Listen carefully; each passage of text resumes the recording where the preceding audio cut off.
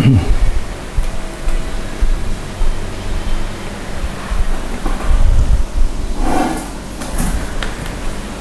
kembali dalam kanal kita Bebaskan Belajar Bersama Aspek Kehidupan. Nah, kali ini tetap saya masih mau menyitir sedikit tentang kesehatan. Nah, terutama ini urusan dengan jantung ini. Jadi, bagaimana yang saya alami, dan sekarang teknologi itu udah sangat canggih ya. Jadi pada individu tertentu saya mengalami ini. Itu ada aritmia, artinya aritmia, nggak ritmik, denyut jantung kan. Jantung tuh kasarnya ada 4 gitu ya. Ada atrium, ada ventricle yang di bawah. Nah, mereka itu bisa dut ini semua digerakkan oleh stimulus rangsangan dari listrik sebenarnya. Ada pusat-pusat listrik, nodus listrik. Nah, itu seharusnya sih ritme, deg deg deg deg deg deg. Tapi kok deg deg deg atau bahkan deg deg deg deg deg deg deg deg. Nah, itu jantung berdetak, bergerak, tetapi sebenarnya dia hanya gini-gini. Artinya tidak ada kekuatan untuk memompa. Stroke volume yang didorong ke seluruh tubuh itu sebenarnya nggak ada tuh, gini-gini aja. Ini yang bahaya.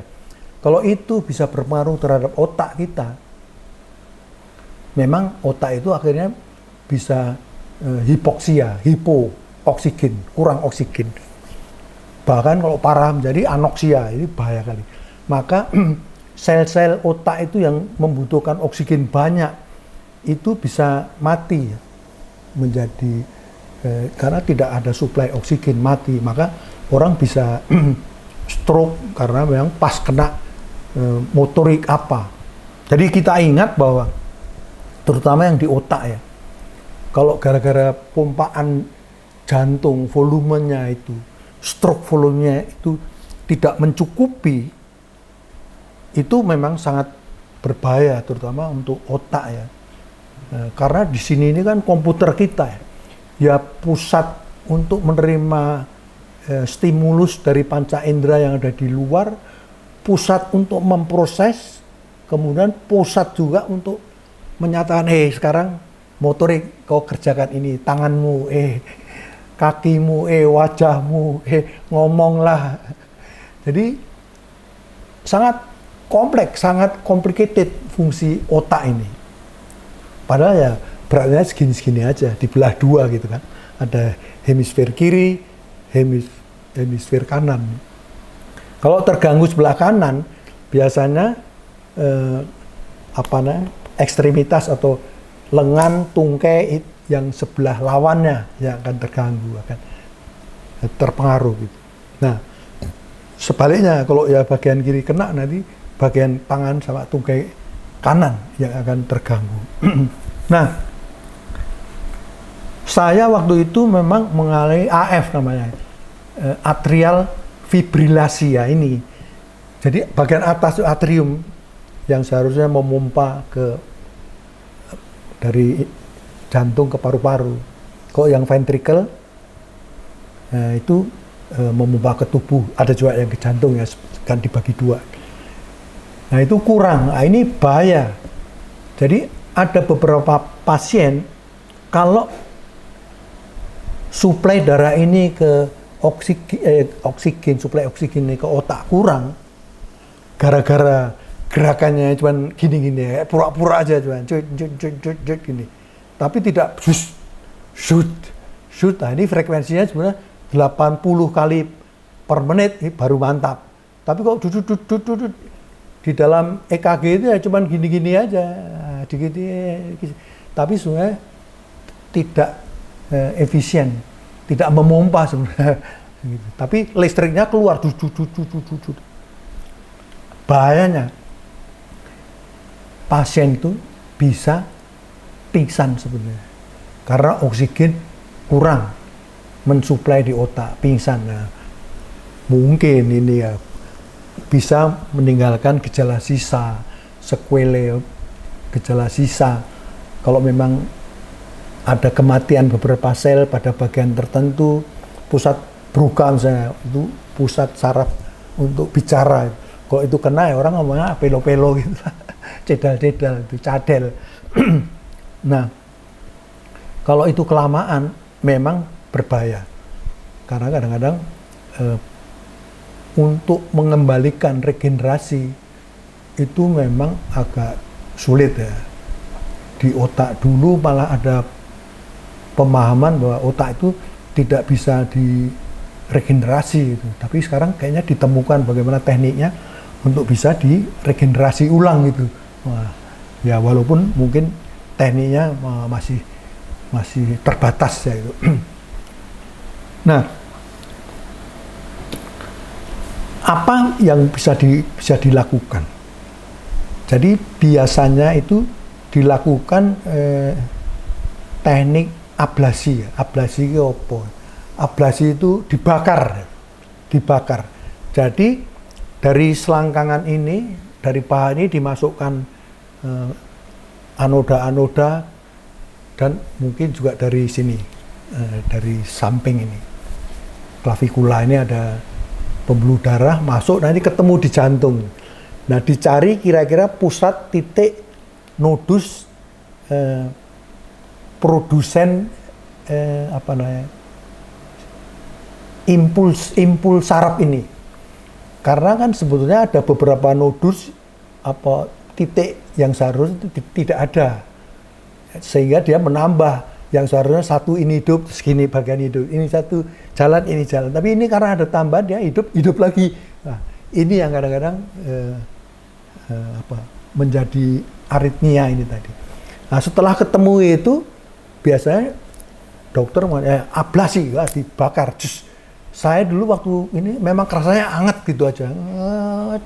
Itu tidak ada anestesi apa-apa karena cuman lokal itu karena di saat dimasukkan alat ya. Di selangkangan sama di klavikula ini di atas inilah. Nah, memang ini bukan operasi besar ya. Tetapi ya memang harus ahlinya betul lah ya. Waktu itu sih memang hanya di Rumah Sakit Jantung Harapan Kita, maka memang antrenya juga setengah mati juga, bisa sebulan, 2 bulan, wah belum bisa nih. Jadi nunggu kapan ada panggilan baru kita bisa berangkat ke Jakarta itu. Nah, tapi ada teman saya yang mengatakan, ya aku beberapa kali sempat pingsan. Nah, ini gejala yang memang serius, agak serius. Ada kemungkinan juga mungkin di dalam pembuluh darah di jantung ini itu juga terjadi penyumbatan, sehingga otot-otot jantung ini akhirnya juga matilah ototnya. Miokard ini mati, ya maka gerakan memompa juga berkurang atau ada rasa nyeri, dan itu bisa menimbulkan kesakitan yang bisa mendadak, dan itu bisa menjadi sudden death ya, kematian yang mendadak gitu, kayak gitu urusan jantung. Jadi memang harus tetap dikontrol lah kolesterol, trigliserid yang ada di darah kita supaya jangan menjadi gumpalan-gumpalan di dalam saluran-saluran pembuluh darah. Nah ini memang agak bertolak belakang dengan urusan makan ya, karena biasanya yang makanan-makanan enak itu banyak mengandung lemak-lemak yang sebetulnya kurang baik, lemak yang tidak mendukung kesehatan. Gitu. Hati-hati. Tapi mudah-mudahan sih sekarang di kota-kota besar tertentu sudah ada alat ini untuk ablasi ini. Walaupun kayaknya masih mayoritas masih ditangani oleh ahli-ahli yang ada di Rumah Sakit Jantung Harapan Kita, karena itu pusat ya, rumah sakit nasional untuk khusus jantung ya.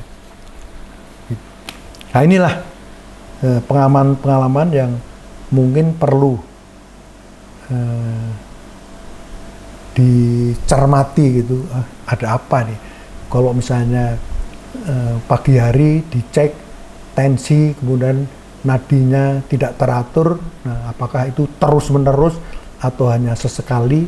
Mulai kita harus waspada, kontrol ke ahli kardiologi supaya mereka bisa menyarankan sesuatu yang memang harus kita lakukan. Hati-hati, jantung itu bekerja tanpa kita suruh, terus-menerus 24 jam sehari, 7 hari seminggu, 31 hari sebulan, seterusnya dia bekerja selama 70 tahun. Bayangan, dia terus melakukan tanpa kita sadari. Nah, bagaimana nggak rusak juga lah onderdil yang dipakai selama 70 tahun. Tentu mesti ada sesuatu yang sudah mulai mencurigakan. Nah, ini yang perlu kita waspadai.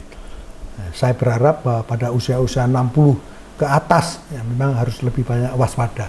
Saya kira itu yang ingin saya sampaikan. Sekali lagi, salam saya dahsyat luar biasa. Kita ini memang diberi dan dianugerahi, diperlengkapi dengan alat-alatnya sangat-sangat canggih. Kedokteran ngikuti itu setengah mati. Sebagian sudah dapat ditemukan, tapi masih banyak rahasia. Apalagi urusan otak.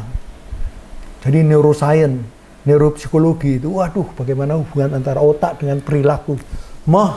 Kalau kita pelajari terengah-engah. Tapi ya itu harus kita pecahkan.